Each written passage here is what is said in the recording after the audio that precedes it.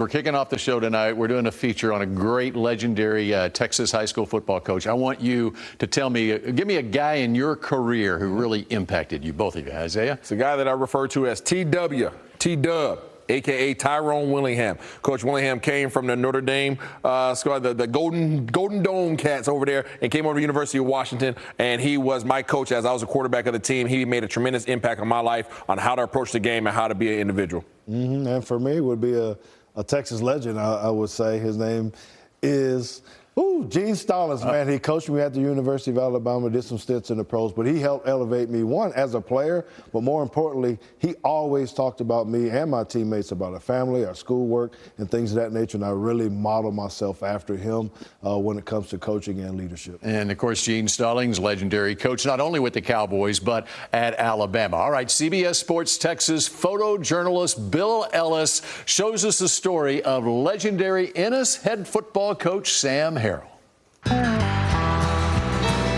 Located 35 miles south of Dallas in Ellis County, the town of Ennis is perhaps best known as the home of the Texas Motorplex and the official Texas Bluebonnet Trail. But the true heartbeat of this town can be found here at Ennis Lions Stadium. People ask you throughout the state, where are you from? Ennis. You guys play some pretty good high school football. I say, yes, sir, we sure do. Ennis Lions fans know that the Friday night lights shine brighter here because of Texas High School Football Hall of Fame coach Sam Harrell. Oh, man. They voted for president if he ran for it, I believe. They think a lot of Sam Harrell.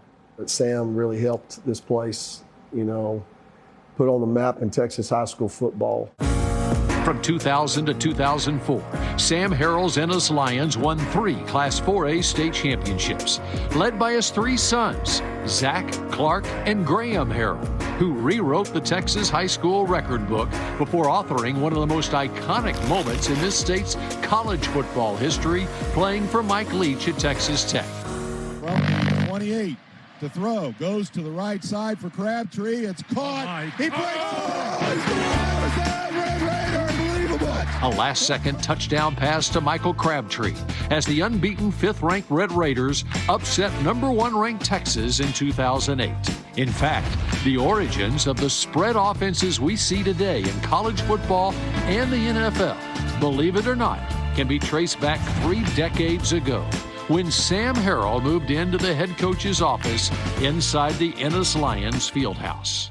He started the no-huddle shotgun spread offenses. We just call it gun then. We didn't call it spread. We'd jump in gun, and we only had 8 plays, and that was it. And we'd call one of those 8 plays. But I can remember the last snap we ever took under center, and it was a fumble. He said, "We'll never go back under center again." And we went shotgun and never looked back. And then he went with these wristband, no huddle off. We're not huddling up. What do you mean? What's the center going to do? He can't say huddle up.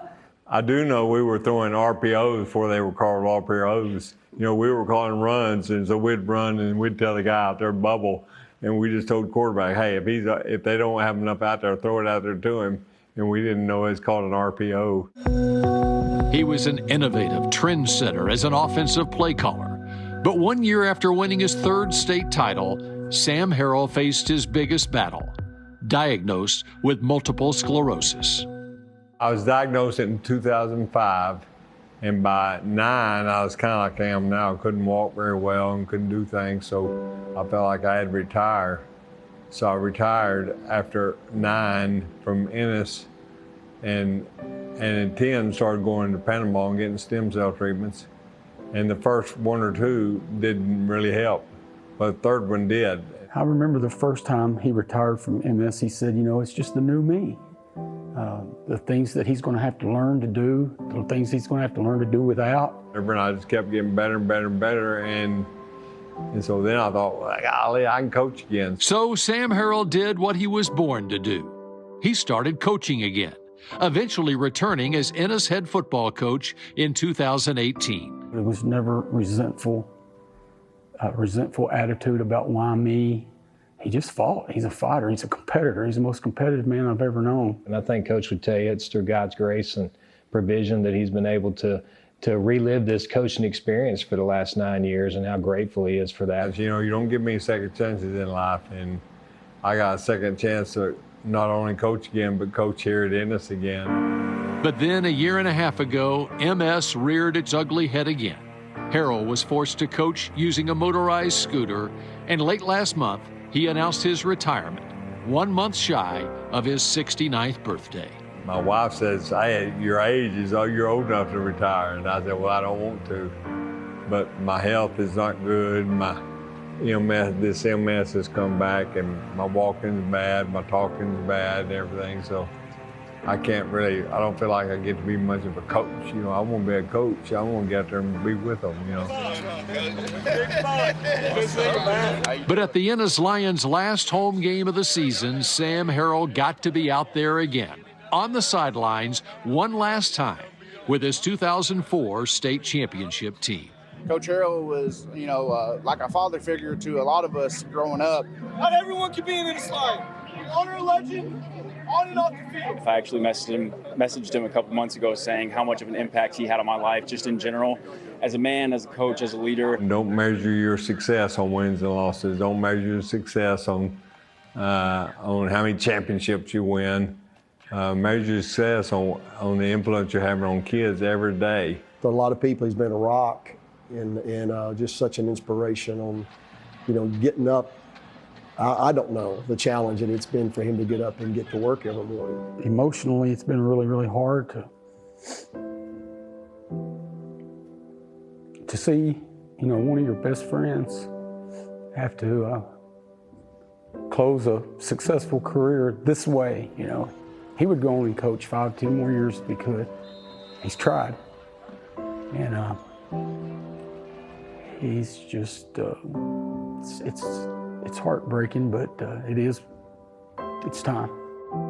Don't give up, just keep battling, keep believing in good Lord.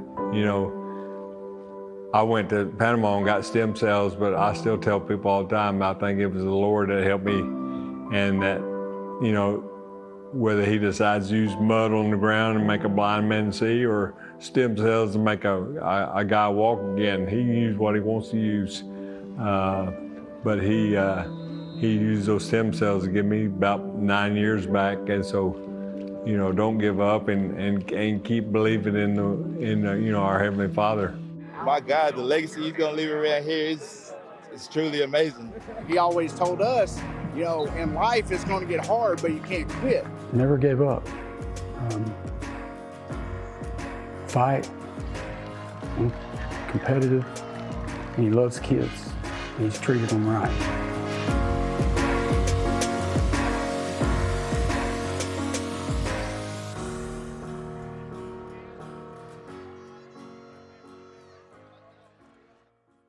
Sam Harrell, a true legend in Texas high school football, and the Harrell coaching legacy continues through his sons. Graham has been a college offensive coordinator at North Texas, USC, West Virginia, and Purdue. Clark is at Abilene Wiley High School, and Zach is the head coach at Athens High School.